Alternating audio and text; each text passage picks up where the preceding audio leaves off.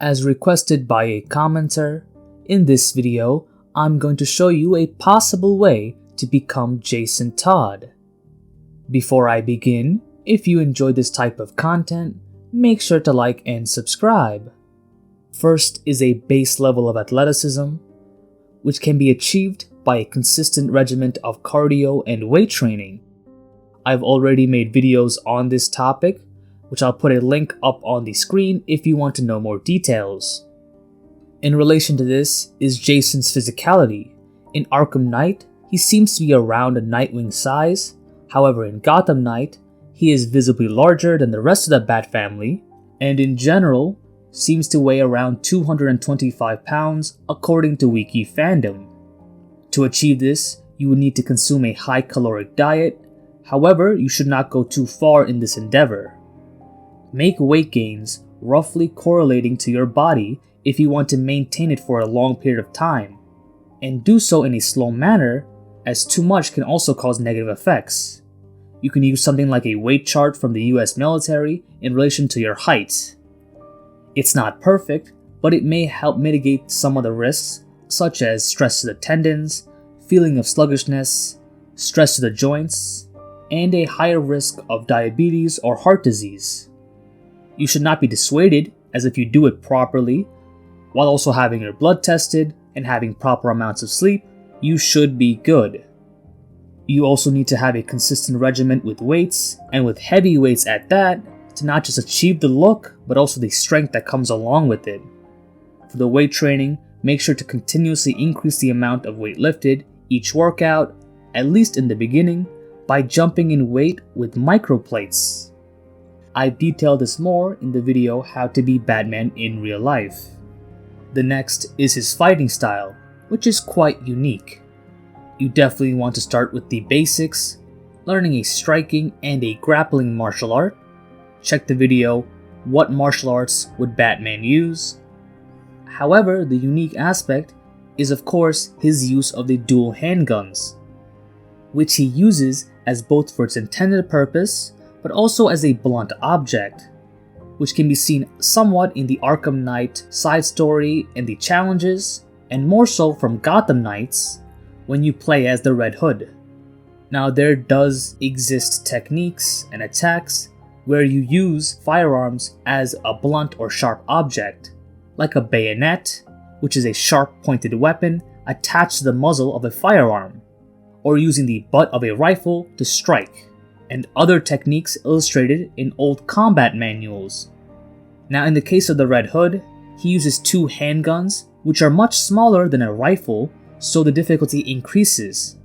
However, it should be technically possible to use the butt of the handgun for concentrated strikes to knock people out, as the Red Hood does in the silent takedowns, or when in Gotham Knights, he holds the firearm by the barrel and then begins to beat the shit out of the enemy, hitting them with the handle instead. It's also possible to pistol whip the enemy, striking with the side of the barrel, as shown in a video by Houston Jones. And even frontal attacks with the tip of the barrel is possible, though this technique may cause possible damages to the gun in terms of its ability to fire properly, but I am not sure on the matter. To practice this, don't use real guns, including BB guns or paintball guns, as both can be considered weapons, even if they're not relatively lethal to the real thing. Instead, purchase the rubber training guns used for like disarming in certain martial arts, while also wearing proper safety gears to protect your eyes, throat, nose, etc. Another technique in association with this is that he actually fires the gun while in close range.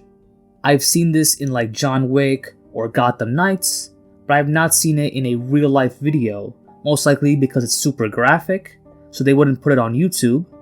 And even in airsoft or paintball, I believe there is a rule where you cannot get too close to the opponent, though I could be wrong on this.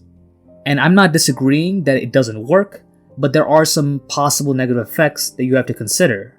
One is that recoil in a less than ideal position could have a bad effect on your body. I am unsure of the exact effects because I've never tried this, and it may vary depending on the gun itself, the user, and the actual position in question. Another concern is the loud sound of a gun being fired. In a range, use hearing protection, but when fighting bad guys like the Red Hood, this isn't a viable option as you need to hear. I will give him the benefit of the doubt by chalking it up to his healing abilities thanks to the Lazarus Pit, so even if he does get shooter's ear, it'll heal very quickly, but for most people, this is not reasonable. Certain sites say that the use of a silencer can reduce the noise, bringing it to a more bearable level. The one website states that even with this, it's still possible to damage your ears. To practice this technique, inform the staff of the range on your intentions, asking for permission and following the rules of the place. And you want to use a dummy, obviously, and test it out with a less powerful gun, firing them in awkward positions, like the Red Hood. If it doesn't hurt, it's probably okay, but you should not fire it too much as it can lead to other problems. In terms of a sparring environment though, something like a Nerf gun is probably the best option, as it minimizes your chance of being hurt. The other aspect of his fighting style is his aggressiveness. Despite being an expert combatant, he seems to prefer using more of his raw strength during fights and being very aggressive in general. This most likely stems from his horrific torture and death at the hands of the Joker, along with the side effects from being brought back by the Lazarus Pit. While anger in itself can have lots of cons, if you are an angry person, it should be possible to use it as a tool with a positive effect.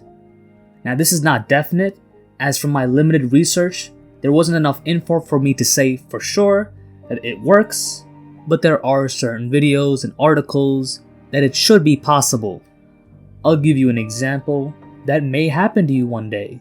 Let's say that you're usually a mild-mannered person, but one day somebody cuts you off, and you had enough, and you get out of the car, start yelling, maybe even starting a fight, something which is normally unthinkable for you.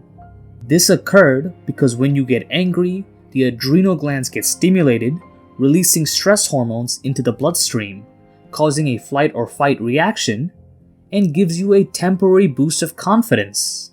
Now this specific example, first off, can be a sign of underlying issues, and in itself is a negative, as it doesn't accomplish anything, as this is one of the many cons of getting explosively angry, along with ruining relationships, showing that you're emotionally weak as you're easily swayed by comments or actions as opposed to thinking it through, which can lead you into a trap if you're not careful. However, the boost of confidence is kind of one of the aspects that can be positive. Now you want to control the outbursts of anger through a variety of techniques like breathing methods, meditation, thinking before acting, exercise, etc. I go over some of this in the video Working Through Pain, which you might find interesting. The anger that can be positive in a long term is to turn that underlying anger into competitiveness or aggressiveness in certain fields and in certain scenarios. For example, being proactive in your job to get a promotion or more pay, or going out to look for new experiences or relationships, as opposed to just waiting for them to happen naturally. One possible way that I can think of to turn your anger into a positive fuel for success would be in your mind associating an institution, which is a little easier, or a public figure, which is a little more morally gray, and as such not in a malicious sense, but more in a sense that I want to be better than them or it in some sort of way, financially, socially, etc. Constantly remind yourself of their success or their actions, and make that your excuse for every time you want to skip something that's boring or menial, like studying, doing your homework, and frame it in the perspective that if they can do it, you can do it as well, if not even better than them.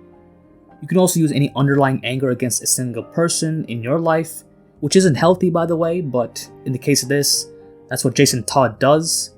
His anger towards the Joker, his anger towards Batman and his rules, which turned him from, the Robin into a world-class mercenary in the game Arkham Knight, and in general as the Red Hood, going toe-to-toe with Batman, Nightwing, even Ra's al Ghul, and trained by Lady Shiva and other prominent martial artists. But again, this isn't very mentally healthy, and it may require long-term therapy, so I'd like to leave this video with a quote from Kratos to Atreus: "Anger can be a weapon if you control it." Thank you for watching. If you enjoyed this video, make sure to like and subscribe. And if you want to show support to the channel, you can do so for $2.99 a month by hitting the join button.